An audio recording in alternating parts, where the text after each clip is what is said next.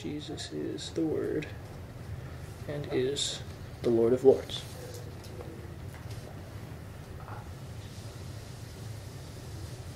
That makes sense. Yeah, I'll grade that. Go over it too. But we'll get started now, so... Hey, let me get that bitter. There you go. That's so I can cue up the video and the audio. That's why I do that every time, if you didn't know. Secrets of the trade. So, vocab is still your big struggle. And well, I mean, just using it helps. And I'll help you along with vocab throughout the day. Flashcards are the way to go with vocab, I think. It's just a matter of repetition. Moving through this. So, last and notes are there for this week, so you can follow along. We're going to do adjectives today. We'll try and keep it right at 10 to 15 minutes of review so we have a full 25 for adjectives. Last week we covered prepositions. We talked about, they work exactly like they do in English pretty much, except that with prepositions in Greek you have to worry about the case they're being used with in the object. So, the example up here, the genitive of theou, of God, is used with the preposition apa, away, or from. So, the word of God would be, it's just halagos to theou. But the word from God would be halagos apa theou. So the apa changes the sense a little bit. Prepositions are relationship words, for place words. I didn't look at your definition. Does that track with you? A word relating what an object is in relation to something else, or where it is in the environment. There you go. Yeah. Translate the entire prepositional phrase as a chunk instead of, if you just translate the preposition and forget the words after it, you'll get confused later on. So you got a preposition, okay, what is the object of this preposition? It might be just one noun, it might be a big string of nouns and genitives together. You gotta work through that. And that's, again, practice. You recognize constructions and how they work when you use them. And we talked about the present active indicative of the to be verb, which we'll get into verbs in 2 weeks, I think, but maybe next week. I don't remember. But this is the to be verb. Eimi, estin. Eimi is I am, is you are, estin is he, she, it is. And then esmen, este, esin. We are, y'all are, they are. And right now, just memorize those words and what they mean exactly. We'll get into the grammar of how they work and what they mean when we get to verbs, which will be a fun time. People are going to want to be here for that one because verbs are the hard part of Greek. How much of the review workbook did you do? Well, I mean, I looked over it, but I didn't have time to do anything down. Again, it's as prepared as I should have been this week. That's all good. You're here, right? So,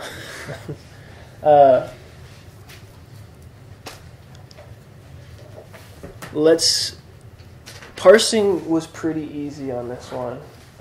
Let's just do some on-the-fly parsing. Let's see how you do. There wasn't anything particularly new in terms of parsing in this section. This was more of a review kind of parsing section. So let's find a good one. Number 4. That's a good one. Okay, that is genitive plural. Genitive plural, nice. Let's see, gender could be all. Nope. So, well, I guess the word is. Yeah, there you go. The word itself is what will tell you the gender. That's always going to be the case. The ending might give you a clue as to the gender, but the word itself is going to be what tells you the gender every time. So you got to know the word. Which do you know the word or? Sound it out for me. Sound out what number 4 actually says. Let's see. What's that? Is that, sorry. Road. Yeah. I'm a roadian. Yeah. So also take note of the rough breathing mark. So ha, mar, Hamar rotion. hamar tion. So the ro makes the r sound. So it's hamar tion, hamar tion. So I guess just breaking it into chunks. Yeah, that syllabification thing that we sped over. You review that. That'll help you with sounding out. But just again, practice. It's using the words. Yep. So yeah, hamartion, which comes from the word hamartia. So it's got an alpha ending. What does that clue you into about the gender? Feminine. Feminine. There you go. So that's something you're going to learn too. Hamartia is the word for sin, and it's feminine. And hamartolas is the word for sinner, and it's masculine. So 2 different nouns, but related, same root. So hamartia is sin, feminine. Yeah. And that's not commentary at all on the nature of sin. Some people try to draw that, oh yeah, Eve sinned first, which is why sin is feminine. So, oh no, hamartolas is masculine. It's just they picked a gender. Let's go with number 7. That's a good one. Okay. Sound it out first. Practice sounding out words. Is that a xi? Yeah. What that is. So it's excio.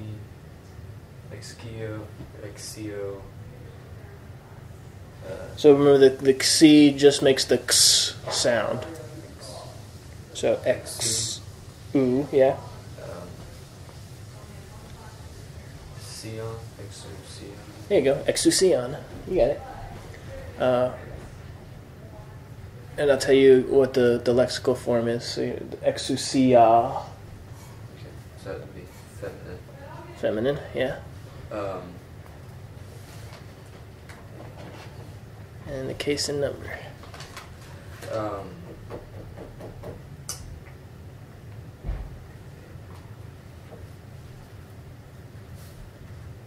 That's one of those weird ones. Yeah, it's one of the alpha pattern first declension nouns, right?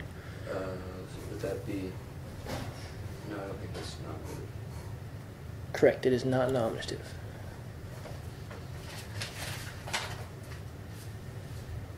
If you look at, so you got your eta pattern one right there, right? On that chart. So you got the eta pattern. Just imagine the etas on the singulars were alphas instead. That's the alpha pattern.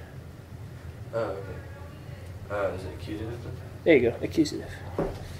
Accusative singular feminine from the lexical form exousia, which means authority or right.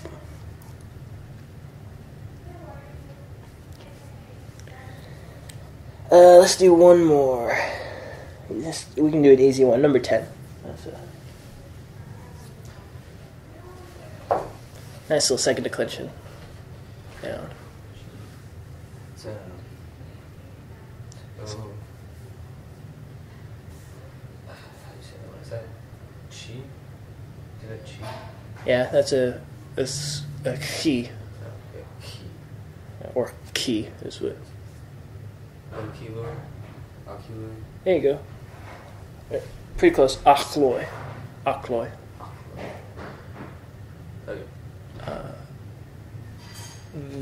So yeah, all of the letters phi, chi, xi, p, they just make the first sound in the letter. They don't.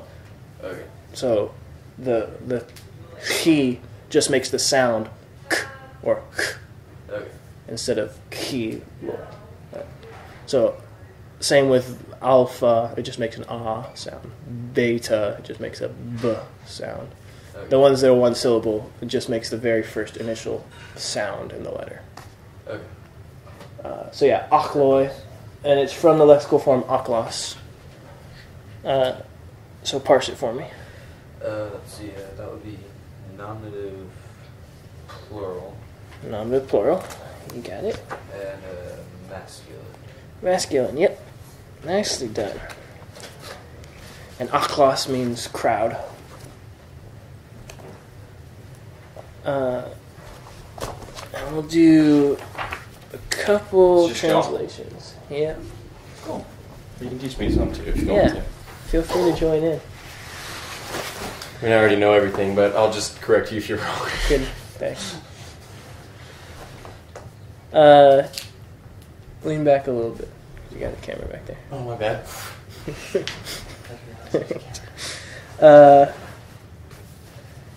Let's go with...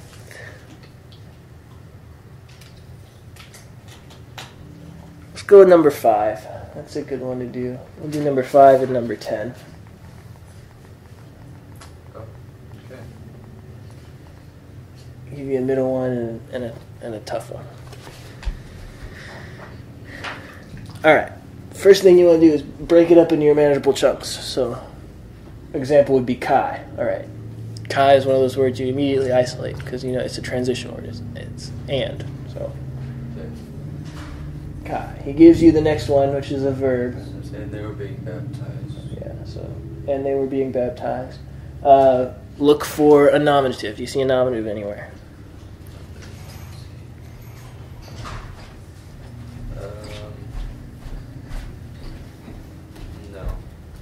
No. No nominative. So that tells you that the subject of the sentence is where?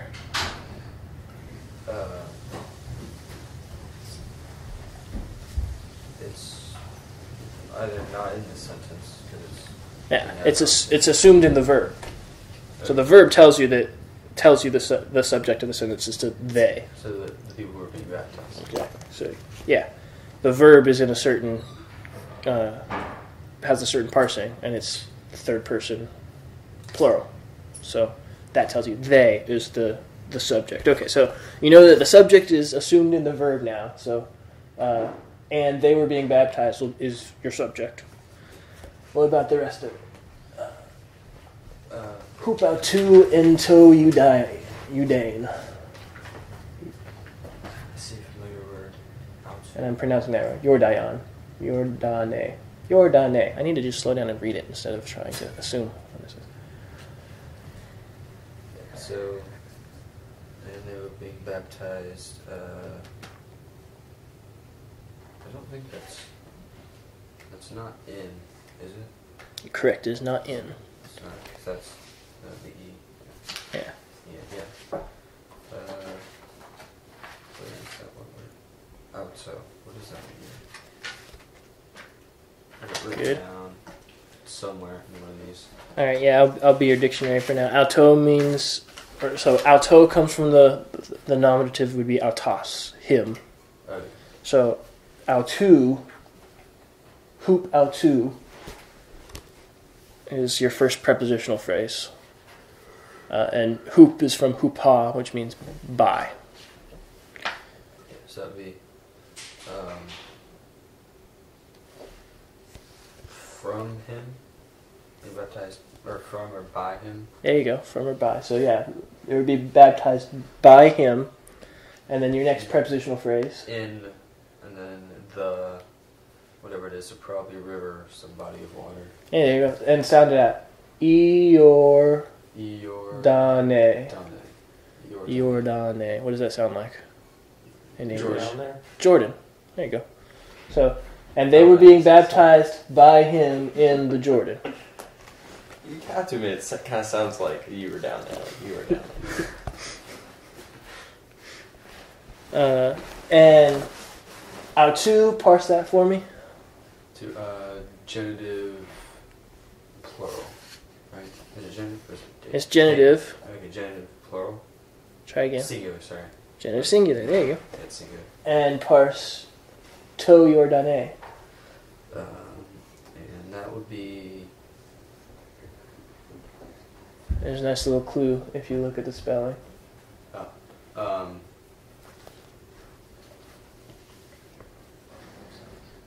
Is it dative singular? Dative singular, yeah. You see that iota subscript? Dative singular. That's the only one. Nice, not bad. That's good. And they were being baptized by him in the Jordan. So that second word is all of that? Like, That second word is they were being baptized, yeah. how many that's, words are like that in the Greek language? Like, Quite a lot. So it's baptizo, which is I baptize. Baptizo. The clues you in that it's an imperfect or past tense in our case. And then anta is the participle form, lets you know it's an ing word. So past tense, baptizing, ing, they were baptizing. And anta also tells you it's passive. So they weren't the ones doing the baptized, they were being baptized. So they were being baptized, yeah. We'll get to all that. We probably won't get to participles unless we keep going after December. But let's jump to number 10. That's a good one. Good one to practice breaking up into chunks. All right. Okay, so start off with and. Yeah. So And. The US. That's accusative. Yeah, accusative plural. Yeah, it's a nice little trick. That's actually the nominative, and the clue for that is the article. Yeah. So, ha Jesus, that's Jesus, and the Jesus. and the Jesus? Yeah. In English, we'd just say and Jesus, but in Greek, it actually has the article. Is that a tomato? Maybe Yeah. we should start saying that. Like, not just Jesus, the Jesus. So, I don't know what that one means. Meta means with or after, depending on whether it's used with a genitive or a dative. So, what's it being used with? Tell me, parse the object of that preposition. Let's see. So we have it's either from or of because it's genitive. Genitive. Okay, so meta is being used with a genitive, which means that when it's used with a genitive, it means with. Okay. So, and Jesus with tone mathe tone, The disciples. the disciples, because that's a plural genitive. So, and Jesus with the disciples, autou. We just did that one. What's that one?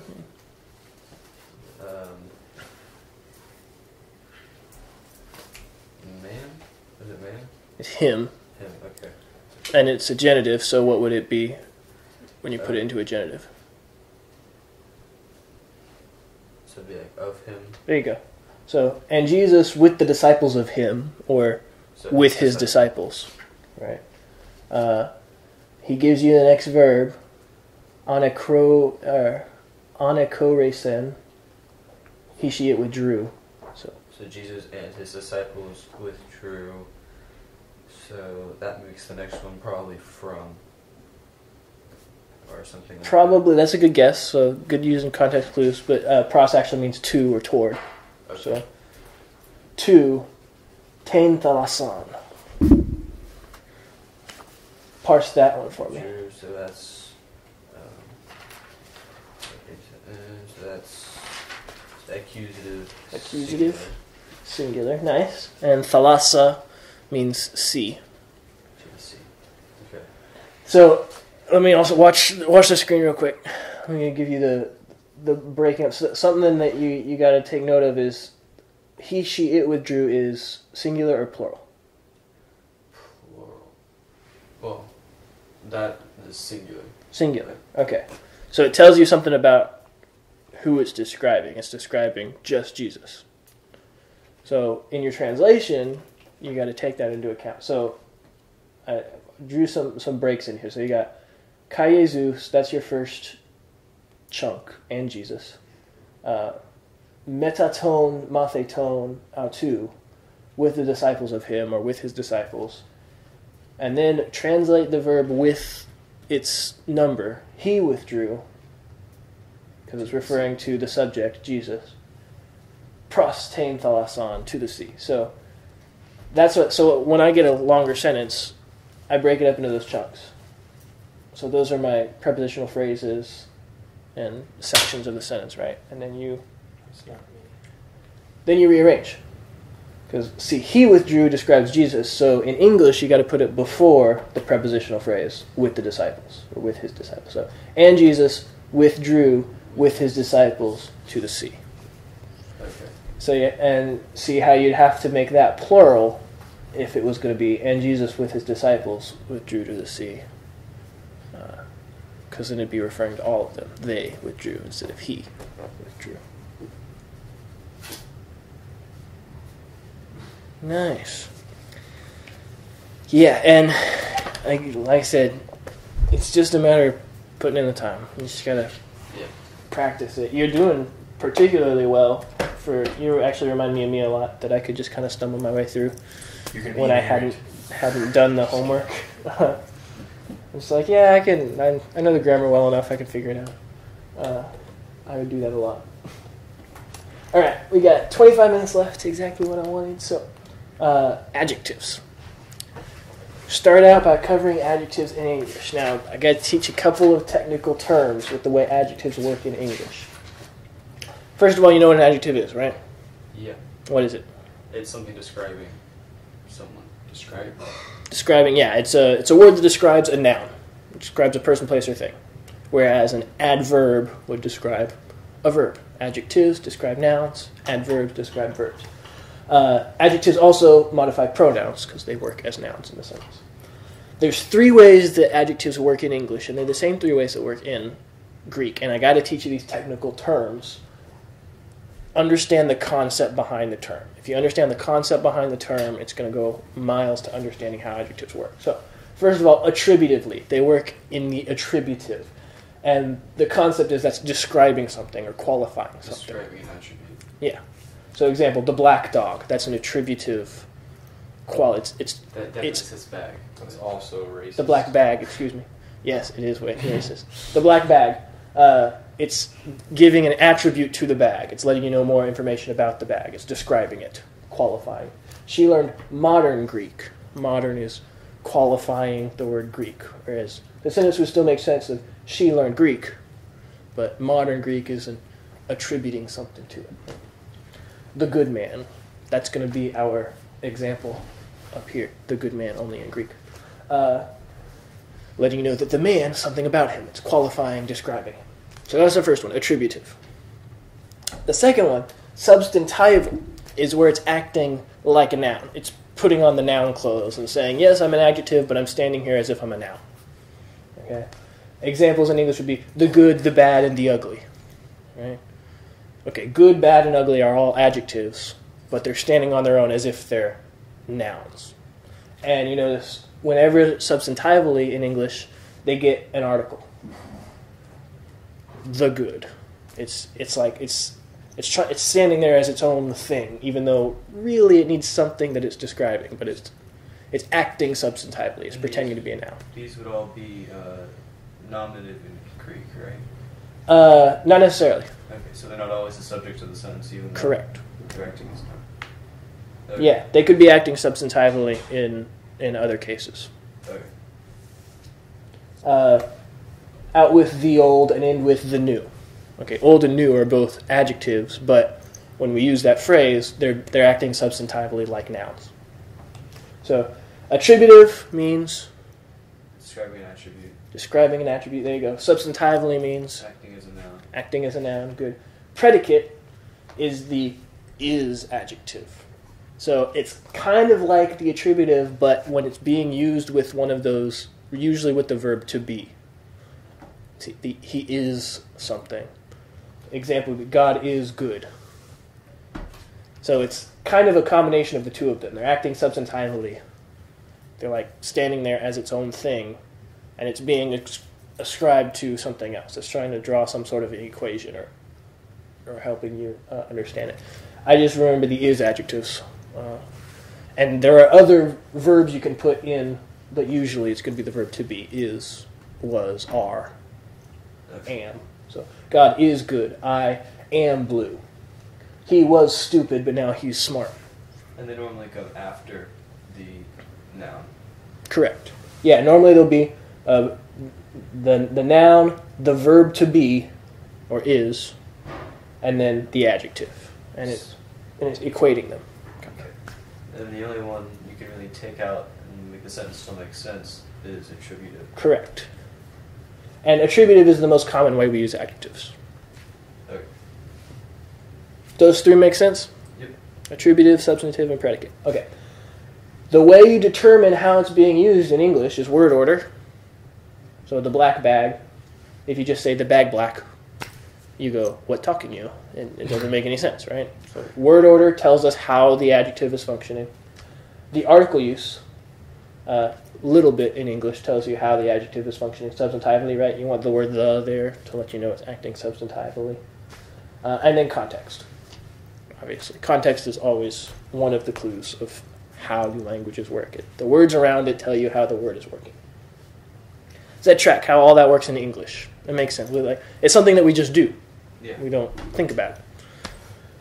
If you understand those pieces, we'll move on to adjectives in Greek then. First of all, we're going to look at, so we're going to look at form first, and then we're going to look at function. So keep those things we just did in English were function things. First, we're going to look at how they look, the form part, the endings, etc. You already know all the endings. Yay! It's the exact same as your noun endings. An adjective has to be able to describe any noun, right? So it has to be able to match it in case, number, and gender.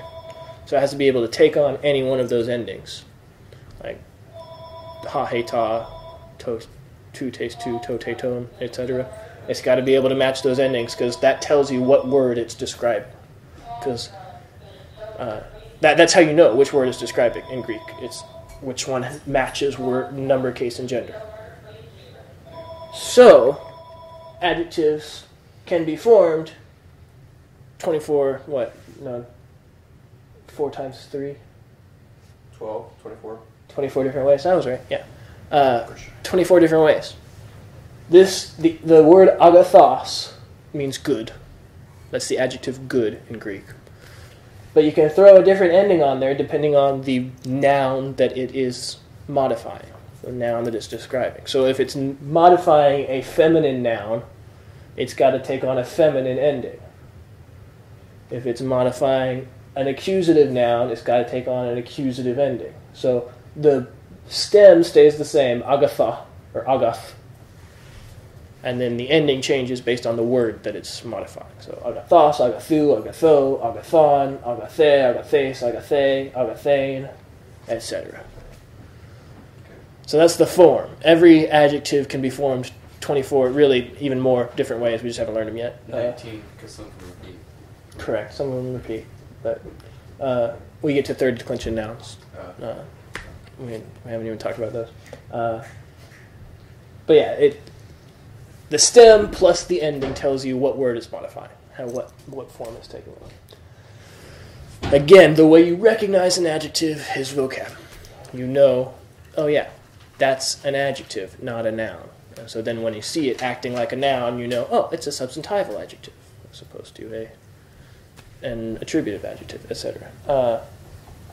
Just like we do in English. You know that the word green doesn't make sense kind of on its own. It needs something. The chair is green. The green chair. You just know the word and what it means, and so you know, oh yeah, it's an adjective. But why is it that, I guess we just don't use complete sentences. I kind of just answered my question. But, why is, hey, what color is the grass? Green. Yeah. See, and that would be a substantival adjective in English. It's acting substantively. Or it's an implied attributive. So the implied sentence would be, the grass is green. Right, but we just don't complete the sentence. Exactly. We just answer. That's the form. The form is easy because you already know the form. It's just you match it up with the noun that it's modifying. The function is the tricky part. So it's got the same functions: attributive, substantival, and predicate, and they're determined the same way: word order, article use, and context. Yay for that. There's a few rules though that kind of go into it. So first, attributive. That's the most confusing. There's 3 different ways that attributives can be formed. There's actually 4, but the 4th one is implied. So 3 attributive positions, first, second, and third. First attributive position is when it goes article, adjective, noun. So we're going to use, our example sentence is going to be the good man. Ha agathos anthropos. Okay. Ha agathos anthropos. The adjective is in between the article and the noun. The good way to think of it is like it's trapped. It's ha anthropos, and then how do you want to describe the man? You want to say that he's good, throw the adjective in between the article and the noun. So you see how it's like, imagine like a powerful magnet between the article and the noun, and the adjective is caught between it. Okay, that's the first attributive position. I call it the trapped position. It lets you know, okay, ha anthropos is the noun, and agathos is stuck in between, trapped, letting you know that agathos, good, describes anthropos, man. The second way is article use. So another way you can say the good man in Greek is to throw the article onto both the adjective and the noun. Ha agathos, ha anthropos. So that's letting you, that would also be translated the good man. But the article is there to let you know this thing that's acting as a nominative singular noun or adjective right here, it's linked with this other nominative singular noun that follows right after it. They'll always be right next to each other. So ha agathos, ha anthropos lets you know, oh, that would also just be the good man. You want to translate it literally, it'd be the good, the man. So the good, or the man, the good one, the good man. That's second attributive position. Still describing a noun. In English, both of these you translate it, the good man. And do they always have the same article? Yeah, they'll always have the same article. Okay. The article will always be the same. It won't always be ha. Sometimes it'll be te or taste or tain or ta or whatever case number and gender it is. But the articles will always match. Did you just assume it's gender? It'll always, all 4 of these words will always match case number and gender. So that's your clue. So all of these are nominative singular masculines. Ha agathos, ha anthropos. If it said ha agathes, ha anthropos, you know that ha agathes, or it'd be te, or he agathes, excuse me. He agathe. Let's go with he agathe. Nominative feminine, right? He agathe. If it said he agathe, ha anthropos, you know that this doesn't describe that. Those don't go together. So it would be like the third then. Correct. It'd actually be substantival. It'd be the good woman. You'd supply woman yourself because you know that it's feminine. So Yeah. he agathe would be the good woman, the man would be how that would be translated. So yeah, matching case number and gender. Ha agathos, ha anthropos. And then third attributive is the exact same thing, only they're reversed. The noun, the article noun comes before the article adjective. But the same idea of all of them matching case number and gender, and they're both preceded by an article. Okay. Did that kind of track? Yeah. So these are all different ways. These 3 ways are how you would write the good man. You said this one was the most complicated? Yes. Why isn't my clicker working? This way. You said the second or the third is more complicated? All 3. The attributive method is the most complicated. So that's how you do the attributive. All of these would be translated the good man because they're all the attributive style. Okay. The 4th attributive would be where there's no article at all. It'd be agathos anthropos. You know that it's. But usually you'll see this and this. First and second attributive are the most common. So if you see an adjective with an article on it, always check to see if there's a noun that matches case number and gender, in which case you know it's attributive. Okay. Secondly, substantival, which means what's It's acting as a noun. acting as a noun, yeah. If it's acting as a noun, the way you know it's substantival is that there's no noun. It'd be article adjective, and there's no noun that matches case number and gender anywhere around it. So that would be like our example, hey Agathe.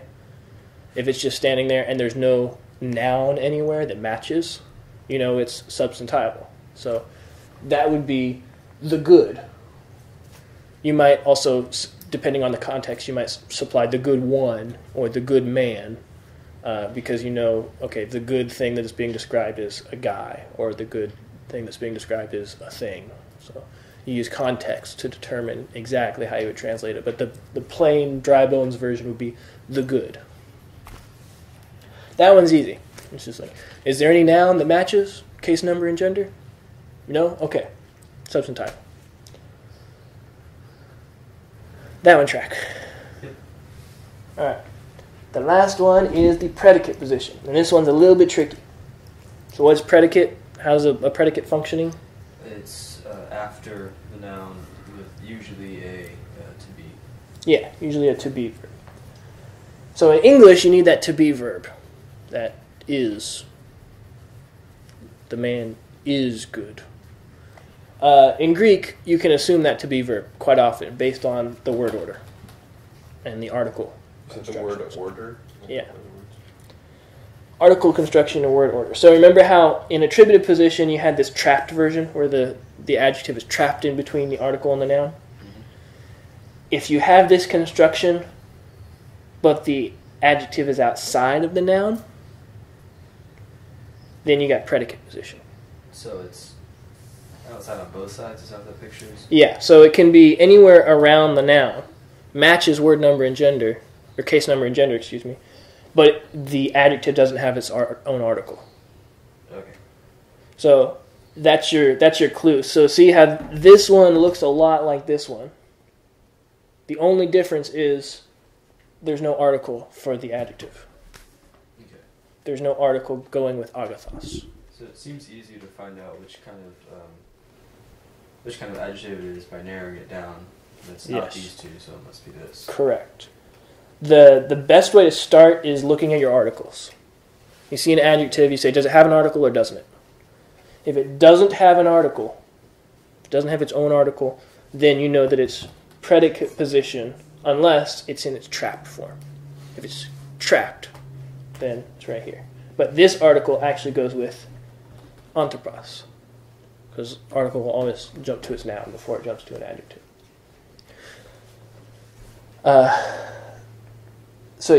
And then there's, like I said, there's two ways you can do it. You can have anthropos, agathos, so the adjective is outside this little article noun sandwich, after or before it.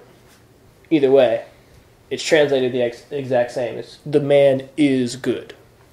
So we would supply that assumed noun in there, or excuse me, that assumed verb, to be verb, is, because it's in the predicate position.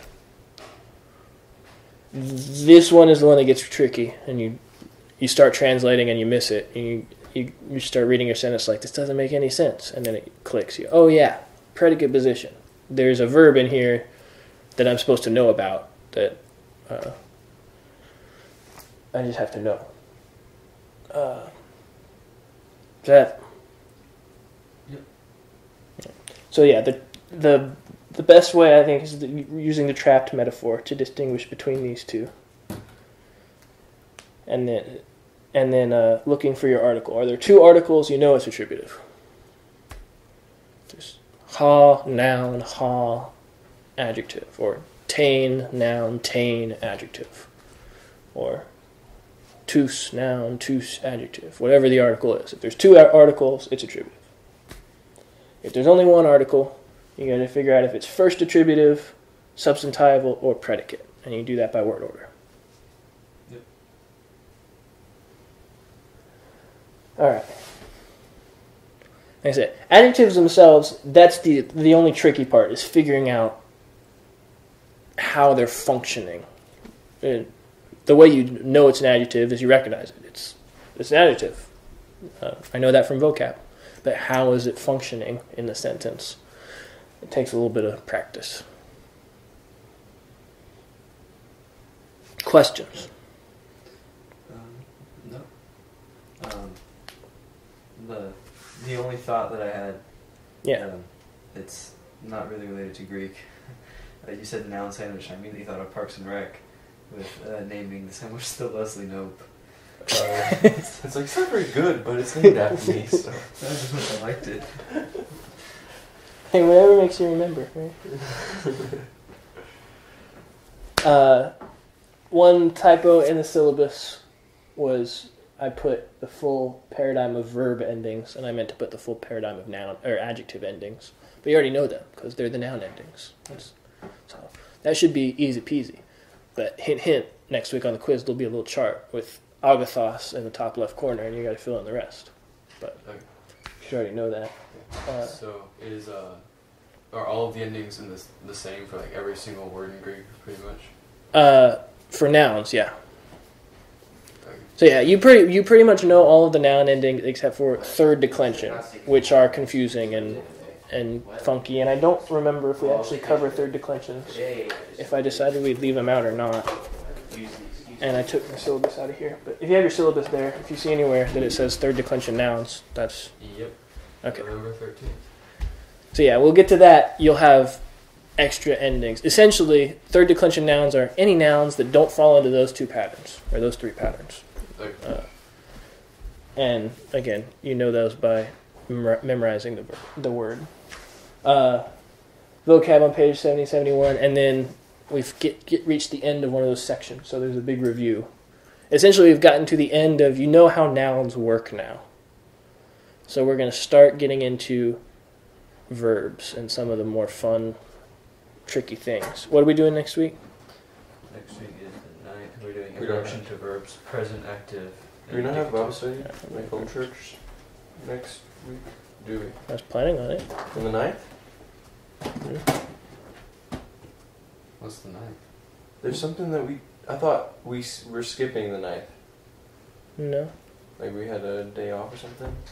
What am I thinking about? I put into the schedule like days when we're not going to do worldview related lessons. Oh, okay, so that's something we're doing something separate? Yeah, we're still doing stuff, but actually what's going to happen is we flip flop that with last week because we didn't end up doing Gotcha.